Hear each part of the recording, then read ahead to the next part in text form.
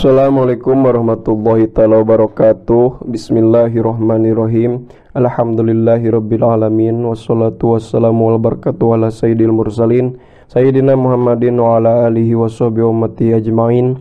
Subhanaka la ilma lana illa ma 'allamtana innaka antal alimul hakim. Allahumma anfa'na bima 'allamtana wa 'allimna ma yanfa'una wa zidna ilma. Rabbi shrah li sadri wa yassir li amri wahlul 'uqdatam min lisani yafqahu qawli. Qala al-musannifu rahimahullahu ta'ala wa nafa'ana bihi wa bi'ulumihi wal akhlu bit tajwidi hatmun lazimu malam yujawidil qur'ana athimu li'annahu bihil ilahu anzala wa hakadha minhu ilaina wassola wal akhdu sarang ari nyandak wal akhdu sarang ari ngamalkeun wal akhdu sarang ari make bitajwidi kana tajwid hatsmun eta wajib hukumna lazimun anu misti man ari jalma lam yujawid teu najwidan itu siman al-Qur'ana kana Al-Qur'an athimun eta anu berdosa li'annahu karna sayaktosna Qur'an angzala eta parantos nurunkeun kana itu Quran saha al ilahu Gusti Allah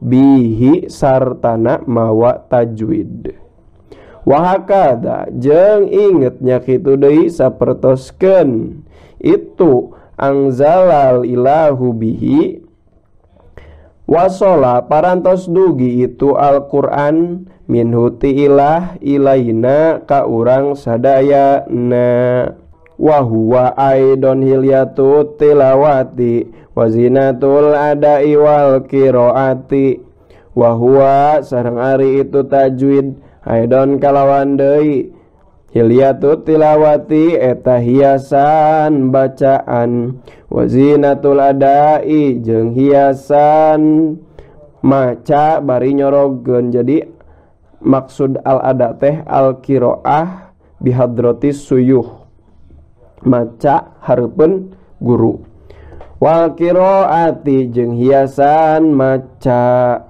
ai al-qiraah mah umum rek di bukuan rek teu di bukuan rek hareupeun guru rek teu hareupeun guru eta bisa disebut qiraah wa huwa i'taul hurufi haqqaha min sifatin laha wa mustahaqqaha wa raddu kulli wahidin li aslihi wa lafdu fi nadhirihi kamithlihi mukammilan min ghairi ma takallufi bilutfi fin nutqi bila ta'assufi wa huwa sareng ari ngaran tajwid i'taul hurufi eta mikeun kana pirang-pirang harap haqqaha kana hakna itu huruf min sifatin nyatana sifat laha nu tetep itu sifat pikeun huruf wa mustahaqqaha jeung anu dihaku huruf wa raddu kulli wahidin jeung ngembalikeun kana saban-saban anu sahiji